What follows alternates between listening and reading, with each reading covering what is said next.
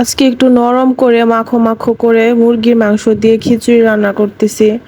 কারণ মুখটা একদম বেস্বাদ হয়ে গেছে, ভাজা পোড়া খাইতে খাইতে আর ভালো লাগে না। তাই একটু নরম করে রান্না করলাম যাতে খাইতে একটু সুবিধা হয়। শক্ত খাবার আবার ইফতারের সময় গজগজ করে গিলতেও অনেক কষ্ট হয়। তো আমি সব সময় ডাল ছাড়া খিচুড়িটা রান্না করি, আর মাঝে মাঝে ডাল দিয়ে রান্না করি। আপনারা কি কখনো ডাল ছাড়া খিচুড়ি রান্না করেন? বেশ ভালো লাগে, কিন্তু ট্রাই করে দেখতে পারেন। একটু লাচ্চা সেমাই বসাই দিয়েছি, এই জন্য গুঁড়া দুধটা পানির সাথে মিশিয়ে গরম করে নিচ্ছি। লিকুইড দুধ ছিল ফ্রিজে, কিন্তু গলাইতে অনেক সময় লাগবে, এই জন্য ঝটপট গুঁড়া দুধটা রাখি, যে কোনো সময় চটজলদি কিছু করা যায়। আর খিচুড়ি রান্না করার পরে দেখেন আমার চুলার কি বাজে অবস্থা হয়েছে। এগুলো এখন পরিষ্কার করতে পারবো না, ইফতার টিফতার শেষ করে তারপর পরিষ্কার করব। আসলে আমি ছোটবেলা কুলসন সেমাই অনেক বেশি খাইতে পছন্দ করতাম, কিন্তু বড় হওয়ার পরে না কেন জানি কুলসন সেমাইটা এখন আর ভালো লাগে না।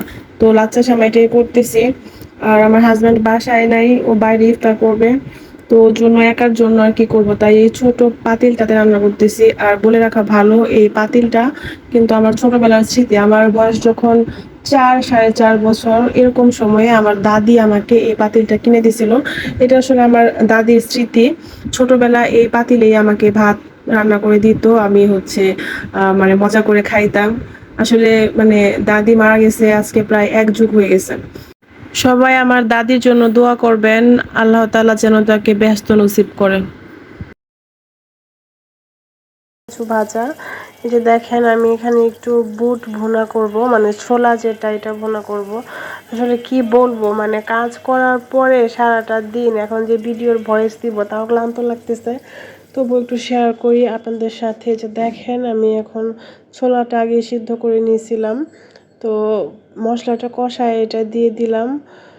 যদিও আমি অনেক কিছু করতেছি, কিন্তু আমার এগুলো খাওয়া লাগবে একাই। আমার হাজব্যান্ড ওর নাইট ডিউটি, তো আগেই চলে গেছে আসলে। আর বাইরে একটু কাজ ছিল, মানে ডাক্তারের বউ হওয়ার জ্বালা বুঝছেন। এখন একা একা ইফতার করতেছি। আর এই যে আমি এখন পেঁয়াজটা দিয়ে দিলাম, একটু পরে এক পিঠ লাল হয়ে যাওয়ার পরে তারপর এটা আমি নামিয়ে নিব। আসলে এই খাবারগুলা সবার বাসায় কমন কমন থাকলেও কিন্তু রোজার দিনে কিন্তু বেশ ভালো লাগে। আর এবারে রোজায় যেহেতু গরম নাই শীতও নাই, মানে না গরম না শীত, একটা নাতিশীতোষ্ণ আবহাওয়া, এটাই আসলে ভালো। তাছাড়া এর আগের বার রমজানগুলাতে কিন্তু মানে অনেক বেশি গরম থাকে, খুব কষ্ট হয় আমাদের রোজা রাখতে। তো এই যে দেখেন পেঁয়াজের কালারটা কত সুন্দর আসছে। এই যে আমি একটু বেগুনিটা ভেজে নিচ্ছি এখন। বেগুনিগুলো আমি আগে কেটে ফ্রিজে ঢুকায় রাখছিলাম, কারণ সন্ধ্যার আগে আগে এত কাজ, মানে একা হাতে সামাল দেওয়া যায় না। আমার বাসায় কাজের বুয়া আছে, ছোটা বুয়া তো আর সেই সন্ধ্যা পর্যন্ত থাকে না, তো লিমিটেড কিছু কাজ করে ওরা চলে যায়। যে দেখেন আমি উঠায় নিচ্ছি বেগুনিগুলা।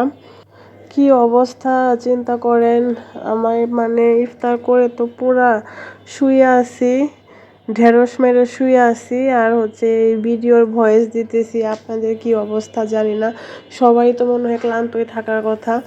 তো আমি ইফতার টিফতার বানাইয়ে দেখেন ইফতারের আগেই বক্স টক্স গুছিয়ে রাখছি বুয়ার জন্য। বুয়া আসলো না নিতে, কি জানি কি হয়েছে। ও আরেকটা বাসায় কাজ করে, তো ওখান থেকে এসে আমার বাসায় আসার কথা ছিল। আর এই বিটরুটের শরবতে আমি শুধুমাত্র বিটরুট আর লেবুর রস দিছি আর চিনি, আর কিচ্ছু দেই নাই। এটা খুবই স্বাস্থ্যকর, আপনারা এরকম করে বানায় খাইতে পারেন বাসায়।